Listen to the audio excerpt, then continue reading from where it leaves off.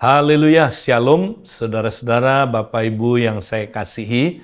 Ingat, kita masih terus dalam seri Kingdom Transformation. Saudara, kita sudah belajar ada 4 hal yang Tuhan pakai untuk mengubah kita semakin serupa dengan Kristus. Nah, salah satunya adalah saudara melalui disiplin-disiplin rohani. Nah, saya ingin memperdalam hal ini, saudara. Bagaimana kita mempraktekkan disiplin rohani bukan dengan kekuatan kita, tapi dengan kekuatan kasih karunia Tuhan. Atau dengan perkataan lain, dengan mengandalkan pekerjaan Roh Kudus yang adalah roh kasih karunia. Nah, saudara, saya mau bacakan di dalam Filipi pasal yang kedua ayat 12 sampai dengan ayat yang ke-13. Hai saudara-saudaraku yang kekasih, kamu senantiasa taat, karena itu tetaplah kerjakan keselamatanmu dengan takut dan gentar, bukan saja seperti waktu aku masih hadir, tetapi terlebih pula sekarang waktu aku tidak hadir, karena Allah lah yang mengerjakan di dalam kamu, baik kemauan maupun pekerjaan menurut kerelaannya. Nah, saudara, kata kitab Filipi pasal yang kedua, dikatakan saudara kita harus tetap mengerjakan keselamatan kita dengan takut dan gentar. Nah, apa itu mengerjakan keselamatan kita? Artinya, saudara, kita sudah menerima keselamatan itu. Keselamatan itu adalah anugerah yang diberikan oleh Tuhan melalui iman. Ya, kita selamat karena anugerah Tuhan, karena kasih karunia Tuhan. Tetapi kita nggak boleh berhenti sampai hanya kita menerima anugerah keselamatan yang menyelamatkan kita. Tapi keselamatan itu masih belum selesai kalau kita masih, saudaraku, hidup di dunia ini. Karena itu setelah kita, saudaraku, dibenarkan, setelah kita menerima kasih karunia yang menyelamatkan kita, kita masih harus lanjut dengan langkah yang kedua, mengerjakan keselamatan itu, saudara, dengan takut dan gentar. Nah, apa artinya mengerjakan keselamatan, saudara? Bukan berarti keselamatan kita itu bisa hilang sehingga kita harus pertahankan keselamatan. Tidak ada ayatnya kita harus mempertahankan keselamatan. Yang ada adalah mengerjakan keselamatan. Artinya, saudara, keselamatan itu sudah diberikan kepada kita, saudaraku. Rencana keselamatan dari sebelum dunia dijadikan sudah didesain oleh Allah supaya kita semua boleh menerima keselamatan itu. Dan kita sudah menerima, saudaraku, pembenaran. Ya, kita sudah dibenarkan karena kasih karunia oleh iman, saudara. Tapi belum selesai. Ya, keselamatan itu bagi kita yang masih hidup di dunia ini masih harus dikerjakan, saudara. Nah, bukan dipertahankan, tapi dikerjakan. Artinya apa? Keselamatan itu sebenarnya sudah diberikan kepada kita, sudah ada. Tapi dalam proses karena belum selesai. Nah, jadi kita bukan cuma dibenarkan, saudara. Kita perlu apa? Dikuduskan terus-menerus. Nah, proses pengudusan ini nggak pernah berhenti sampai nanti, saudara, kita akan berjumpa dengan Tuhan Yesus, menerima tubuh kebangkitan di mana kita dimuliakan. Nah, proses kita dikuduskan, saudara, itulah proses kita mengerjakan keselamatan kita dengan takut dan gentar. Tuhan mau kita, saudara, mengerjakan keselamatan kita sampai kita selesai, saudaraku, dikuduskan sehingga kita makin serupa dengan Kristus, makin serupa dengan Kristus. Sampai satu hari nanti ketika hari kita dimuliakan, ya, kita menerima tubuh kebangkitan, disitulah, saudara, kita menerima di mana keselamatan itu sempurna, roh, jiwa, dan tubuh kita, saudaraku, ya sempurna. Kita diselamatkan secara sempurna. Nah, makanya sebelum itu tercapai, kita mesti terus-menerus mengerjakan keselamatan kita. Jadi, saudara, mengerjakan keselamatan itu apa? Mengerjakan keselamatan sebenarnya intinya adalah mengusahakan ketaatan pada praktek disiplin-disiplin rohani dalam Kristus untuk mencapai pengudusan sehingga kita semakin berubah serupa Kristus. Jadi saudara, inti dari mengerjakan keselamatan adalah kita apa saudara? Mempraktekkan disiplin-disiplin rohani.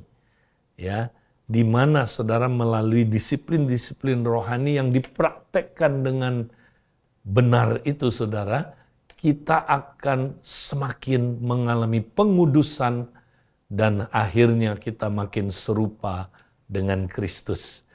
Nah, jadi saudara, kita harus mempraktekkan disiplin-disiplin rohani. Ya. Nah, apa artinya saudara? Ya, karena melalui disiplin rohanilah kita, saudaraku, dikuduskan. Ya, kita mengalami pengudusan demi pengudusan, makin serupa dengan Kristus. Nah, di dalam kita praktek disiplin-disiplin rohani, saudara, kita jangan mengandalkan kekuatan sendiri. Kalau kita mengandalkan kekuatan sendiri, kita nggak akan pernah, saudaraku, bisa mempraktekkan disiplin rohani dengan benar. Disiplin rohani yang dipraktekkan dengan kekuatan sendiri, saudara, ya, dengan usaha kekuatan manusia, itu hanyalah disiplin rohani yang menjadi apa, saudaraku, legalistik, ya. Itu tidak akan mengubah hidup kita, tidak akan pernah, saudara, membawa perubahan yang efektif makin serupa Kristus. Nah, bagaimana caranya dalam mempraktekkan disiplin-disiplin rohani, saudara? Nah, Paulus bilang begini dalam ayat 13.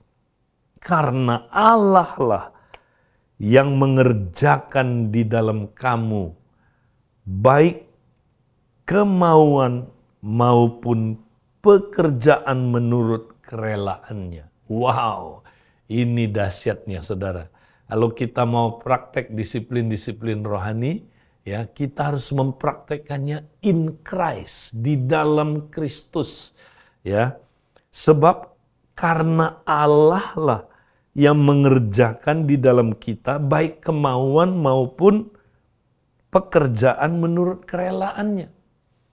Jadi praktek disiplin yang benar itu gini saudara, bukan kita melakukan disiplin rohani ya untuk Tuhan, ya, tapi sebenarnya Tuhanlah di dalam kita saudara, menolong kita supaya kita bisa mempraktekkan disiplin-disiplin rohani, saudara.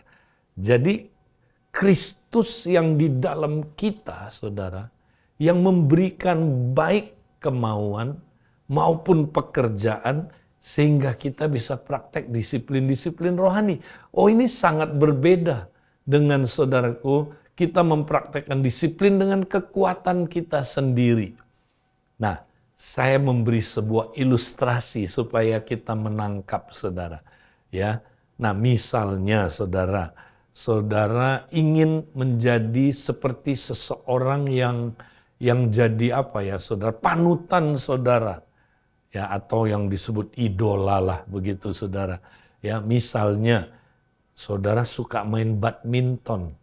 Nah saya mau tanya saudara, kalau saudara suka main badminton, ya kira-kira siapa yang menjadi panutan saudara atau idola saudara? Tentu dalam sejarah kita tahu ada satu orang yang sangat saudaraku terkenal, namanya Rudi Hartono. Ya, beliau ini adalah legendaris di dalam ya saudaraku sejarah perbulu tangkisan di Indonesia atau bahkan di seluruh dunia ini. Bayangkan dia 8 kali kalau nggak salah juara All England berturut-turut. Sampai sekarang kayaknya belum ada orang yang menyamai ya rekod yang beliau capai, saudara. Nah, misalnya saudara suka main badminton, tentu saudara senang sekali ingin jadi seperti panutan saudara atau idola saudara. Saudara ingin jadi seperti siapa saudara? Seperti Rudi Hartono. Demikian juga kita saudara. Ya, ketika tujuan kita sebagai murid Kristus ya adalah menjadi serupa seperti Kristus. Kristuslah Tuhan juru selamat kita. Dialah saudaraku idola kita, dialah panutan kita, dialah goal yang kita ingin saudaraku capai. Kita mau jadi serupa seperti Kristus. Tentunya kita semua saudaraku ingin jadi seperti Kristus. Nah, saya kasih contoh tadi saudara. Ya, kalau ada seseorang ingin jadi seperti siapa saudara? Seperti saudaraku pemain bulu tangkis Rudi Hartono. Bagaimana caranya dia menjadi serupa seperti Rudi Hartono? Nah, dia tidak bisa menjadi serupa dengan Rudi Hartono hanya dengan meniru Rudi Hartono, mencontoh Rudi Hartono. Memang meniru Rudi Hartono secara motif tidak salah. Tetapi dalam metode mencapai keserupaan dengan Rudi Hartono, dia tidak bisa menggunakan sistem meniru atau mencontoh. Misalnya, kalau saudara mau menjadi seperti Rudi Hartono dengan meniru Rudi Hartono, pasti saudara frustrasi. Saudara nggak akan pernah jadi sama seperti Rudi Hartono. Karena yang saudara tiru, ya hanya apa saudaraku, gayanya, tampangnya.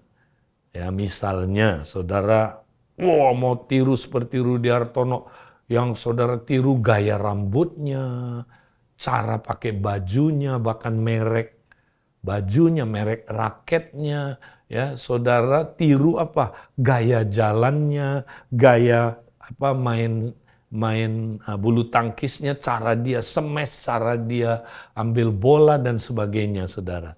Ya, kemudian ya saudara udah tiru gayanya, udah mirip nih ya. Kemudian saudara diperhadapkan ya langsung dengan juara dunia bulu tangkis. Ya, kira-kira saudara bisa menang nggak? Ya, bisa akhirnya jadi seperti Rudi Hartono nggak? Nggak mungkin. Ya, karena begitu saudara main lawan juara dunia bulu tangkis saudara, pasti saudara kalah. Kenapa? Karena saudara ya mau niru Rudi Hartono dalam disiplin-disiplin, nggak mungkin. Karena Rudi Hartono itu dari kecil, latihannya berat saudaraku. Ya, dia dididik ayahnya dengan disiplin sampai dia bisa jago seperti itu karena dia sudah latihan. Saudara mendadak mau jadi seperti dia tanpa latihan, tidak mungkin saudara bisa jadi serupa dia. Ketika saudara bertanding di lapangan, baru setengah jam, waduh, udah ngos-ngosan saudara. 1 jam kemudian saudara main, langsung pingsan. Kemudian dibawa ke ICU dan meninggal dunia. Kenapa saudara? Karena saudara tidak mungkin meniru, mencontoh Rudi Hartono untuk jadi seperti Rudi Hartono. Nah, gimana caranya supaya saudara bisa jadi seperti Rudi Hartono? Nah, ada cara kedua, saudara.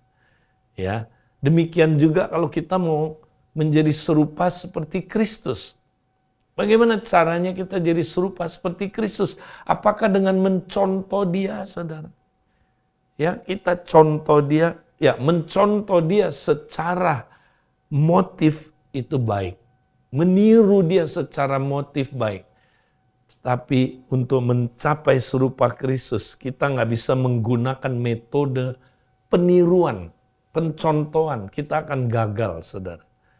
Saudara, saya mau berdoa seperti Kristus berdoa. Karena Kristus praktek disiplin rohani berdoa. Ya, gagal pasti. Saya mau puasa seperti Kristus puasa. Ya, saya mau melakukan sebuah disiplin rohani seperti Kristus lakukan. Nggak mungkin. Karena ya kita nggak mampu ya mempraktekkan disiplin-disiplin rohani dengan kekuatan kita. Kita pasti gagal, saudara. Makanya praktek disiplin rohani jangan mengandalkan kekuatan kita. Nah, mestinya cara kita menjadi serupa seperti Kristus adalah seperti ilustrasi yang kedua ini, saudara. Bagaimana supaya saudara bisa jadi serupa seperti Rudi Hartono? Ada cara kedua, saudara. Ini ilustrasi ya. Nah, cara keduanya adalah seandainya Rudi Hartono itu sakti, saudara. Dia bisa masuk ke dalam saudara, berdiam dalam saudara, menyatu dengan saudara, ya, manunggal dengan saudara, maka saudara pasti akan bisa jadi serupa seperti Rudi Hartono. Pasti. Kenapa? Karena dia di dalam saudara. Ya, dia nyatu dengan saudara. Maka tiap pagi saudaraku Rudi Hartono ya akan melatih saudara main bulu tangkis. Ya, setiap pagi Rudi Hartono bilang, "Siap hari ini. Ya, aku ada di dalam kamu loh. Sekarang aku yang main bulu tangkis di dalam kamu.